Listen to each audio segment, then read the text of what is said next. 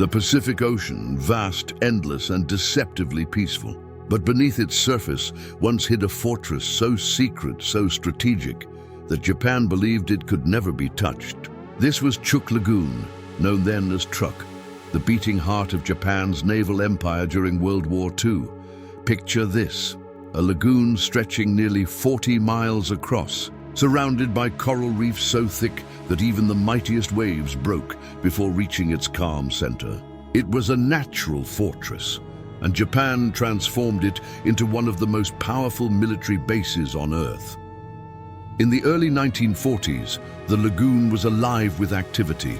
The air hummed with the roar of aircraft engines. Massive battleships and aircraft carriers glided across the turquoise waters, their shadows stretching like monsters beneath the waves. On the surrounding islands, Itin, Fefan, Dublon, barracks and airfields stood shoulder to shoulder.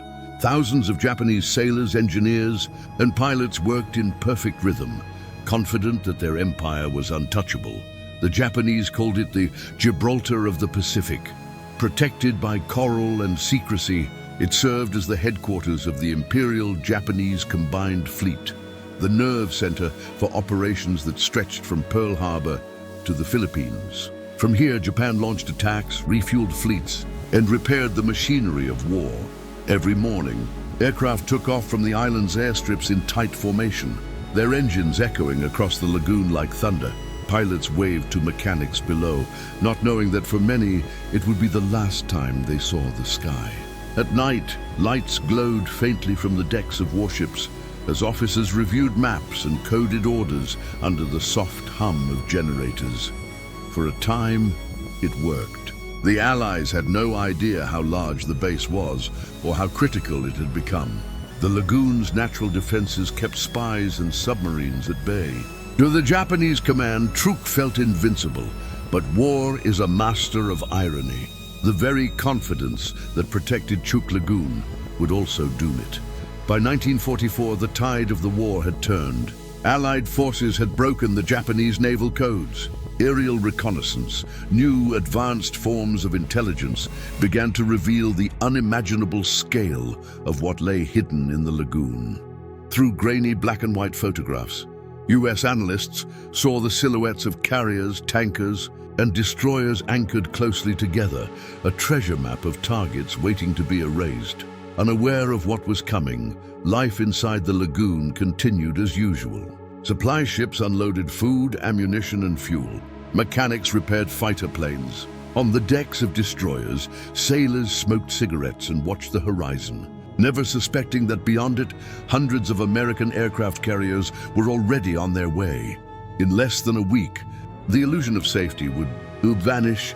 The paradise of Chuuk Lagoon, once a symbol of Japanese dominance, would soon become one of the most haunting underwater graveyards in history, because what happens next would change the Pacific forever. February 17, 1944, dawn breaks over Chuuk Lagoon. The horizon burns gold, and the water glistens like glass. Sailors stretch on the decks, unaware that their final sunrise has just begun. Far beyond the horizon, the sea trembles under the weight of something massive. The US Navy's Task Force 58, a floating city of aircraft carriers, battleships and cruisers, silently moves into position. For months, they've trained for this moment. Operation Hailstone, a coordinated strike designed to cripple Japan's might in the Pacific, is about to begin. At precisely 6:45 a.m., the first wave takes off. Hundreds of American planes rise into the sky, their engines roaring in perfect unison. Pilots check their instruments, tighten their goggles, and stare at the endless blue ahead. Somewhere beneath those clouds lies their target, and history itself. Minutes later, the first shadows cross the lagoon. A sailor on the Japanese cruiser Nagara looks up, shielding his eyes from the glare. What he sees turns his blood cold, a black swarm filling the sky, growing larger by the second. The alarm blares. Kugeki, Kugeki! Air raid! Then chaos. The first bombs fall with a deafening scream, splitting the morning calm like lightning through glass. Explosions ripple across the lagoon as flames shoot skyward. The battleship Fujikawa Maru takes a direct hit. Its ammunition ignites, sending shockwaves through the fleet. In seconds, the air is thick with smoke and fire. Japanese anti-aircraft guns roar back, but it's useless.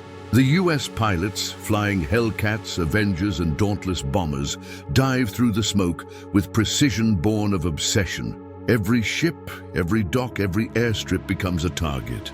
On Eaton Island, mechanics scramble to roll planes onto the runway, but before they can take off, strafing runs shred them into flames. On Dublon, command officers shout orders into dead radios, trying to make sense of the destruction. The lagoon, once a calm, strategic haven, becomes a nightmare of fire and twisted metal. For 2 straight days, the assault continues. 500 aircraft sorties, over 200 Japanese planes destroyed. Dozens of ships sunk where they stood. Oil slicks spread across the water like ink, and beneath the flames, sailors struggle for air as ships roll onto their sides and sink into the depths. By the evening of February 18th, silence returns. But it's not peace. It's the silence of death. The lagoon that once pulsed with the rhythm of empire now lies still, smothered in smoke and ash. When the US forces finally withdraw, they leave behind a graveyard. More than 60 warships and 250 aircraft lie scattered across the seabed. Thousands of Japanese sailors remain trapped in the metal coffins that once carried their pride. Operation Hailstone was a devastating success for the Allies. It crippled Japan's Pacific Fleet and shattered the illusion of invincibility surrounding Chuuk Lagoon.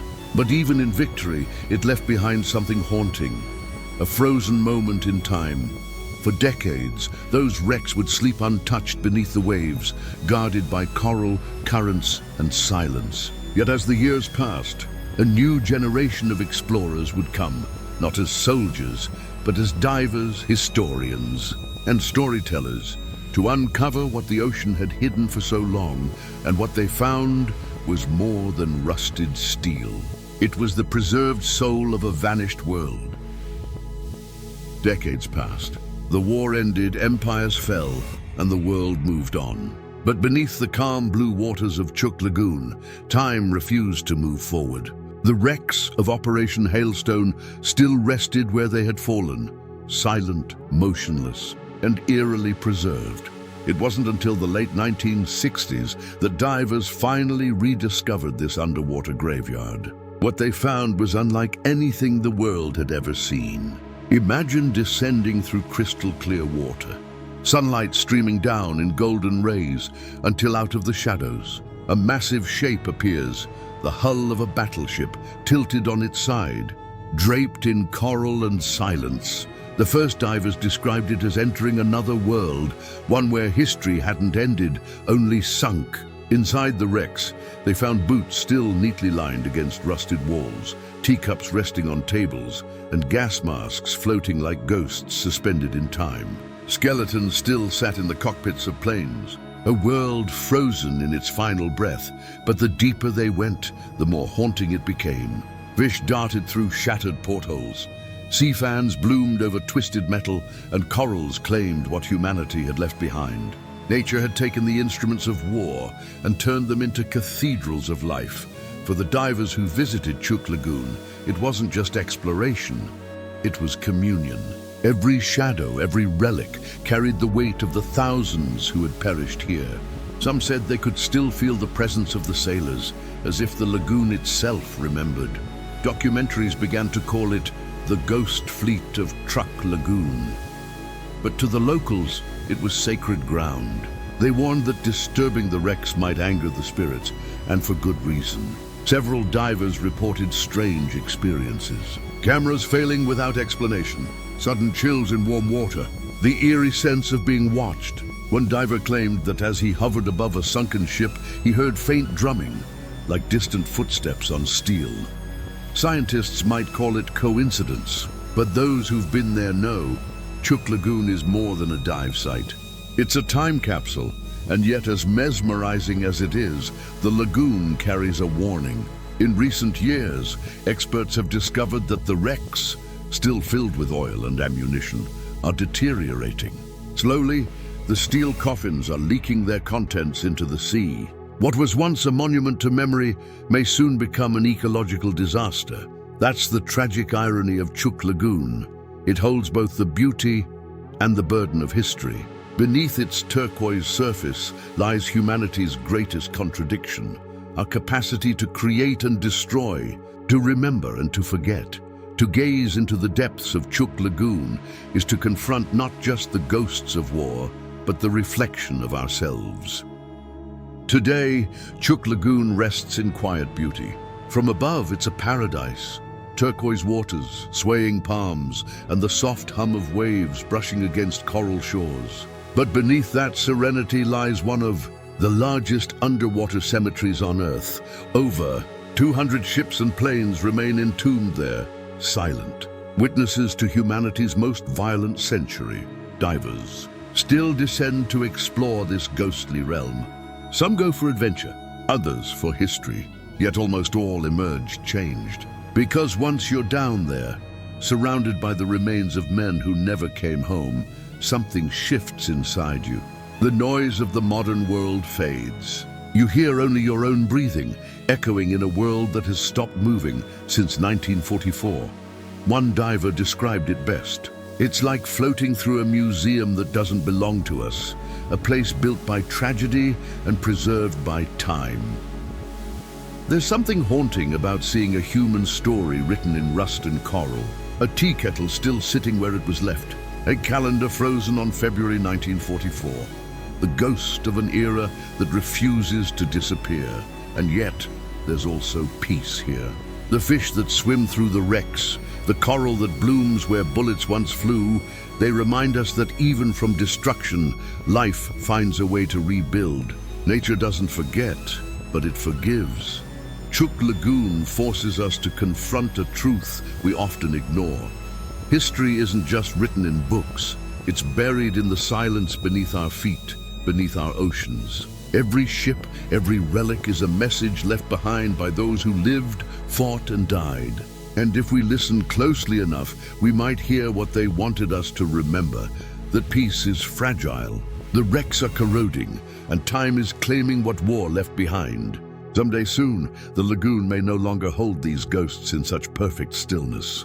But their story, the story of sacrifice, of hubris, of renewal, must not vanish with them, because the ghost fleet of Chuuk Lagoon is not only about loss, it's about the endurance of memory. It's a reminder that history's weight doesn't disappear beneath the waves. It waits for us, to see it, to learn from it, and to carry it forward. If you've made it this far, remember, every hidden corner of America, every forgotten story, carries a truth about who we are. And here in these depths lies one of humanity's most haunting mirrors. So if stories like this move you, subscribe to Best Hidden America, because our journey into the unseen, into the forgotten, the mysterious, and the human has only just begun.